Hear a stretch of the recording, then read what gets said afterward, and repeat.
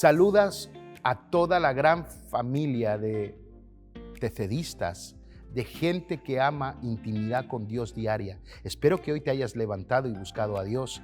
Espero que hayas escuchado su voz a través de su palabra.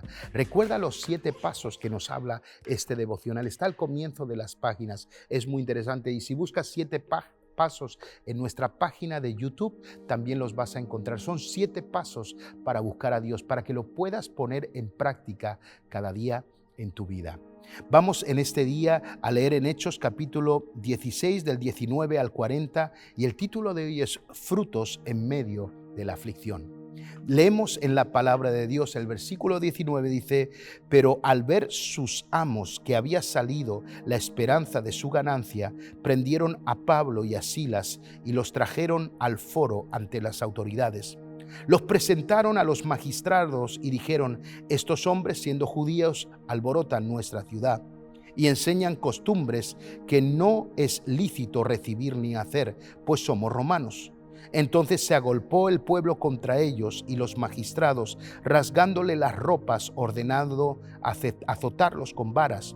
Después de haberlos azotado mucho, los echaron en la cárcel, mandando al carcelero que los guardara con seguridad, el cual, al recibir esta orden, los metió en el calabozo de más adentro y les aseguró los pies en el cepo.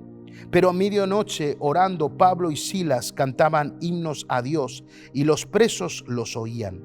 Entonces sobrevino de repente un gran terremoto, de tal manera que los cimientos de la cárcel se sacudían y al instante se abrieron todas las puertas y las cadenas de todos se soltaron. Se despertó el carcelero y al ver abiertas las puertas de la cárcel sacó la espada y se iba a matar, pensando que los presos habían huido. Pero Pablo le gritó: no te hagas ningún mal, pues todos estamos aquí. Él entonces pidió una luz, se precipitó adentro y temblando se postró ante los pies de Pablo y Silas. Los sacó y les dijo: señores, ¿qué debo hacer para ser salvo? Ellos dijeron: cree en el Señor Jesucristo y serás salvo tú y tu casa. Y le hablaron la palabra del Señor a él y a todos los que estaban en su casa. Él, tomándolos en aquella misma hora de la noche, les lavó las heridas y enseguida se bautizó con todos los suyos. Luego los llevó a su casa, les puso la mesa y se regocijó con toda su casa después de haber creído a Dios. Cuando fue de día, los magistrados enviaron guardias a decir: suelta a estos hombres. El carcelero hizo saber estas palabras a Pablo: los magistrados han mandado a decir que os suelte, así que ahora salid y marchaos en paz. Pero Pablo le dijo: después de aceptarnos públicamente sin sentencia judicial y siendo ciudadanos romanos, nos echaron en la cárcel y ahora nos liberan encubiertamente. No, por cierto, sino vengan ellos mismos a sacarnos. Los guardias hicieron saber estas palabras a los magistrados, los cuales tuvieron miedo al oír que eran romanos.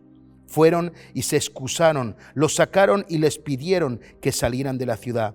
Entonces, saliendo de la cárcel, entraron en casa de Lidia y habiendo visto a los hermanos, los consolaron y se fueron. Qué impresionante el pasaje, ¿no? Tanta historia en unos versículos. Cómo el Espíritu Santo se mueve. ¿Por qué Pablo no dijo que eran romanos antes de ser golpeados y lo dijo cuando los sacaron de la cárcel?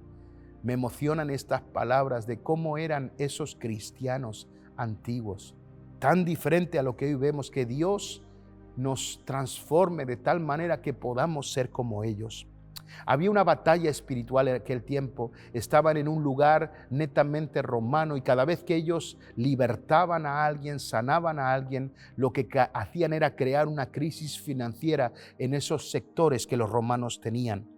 Siempre detrás de toda batalla espiritual hay un problema de finanzas. Todo el mundo se mueve por finanzas hoy en día. Todo lo que está ocurriendo de la Agenda 2030 del globalismo, todo tiene que ver con finanzas.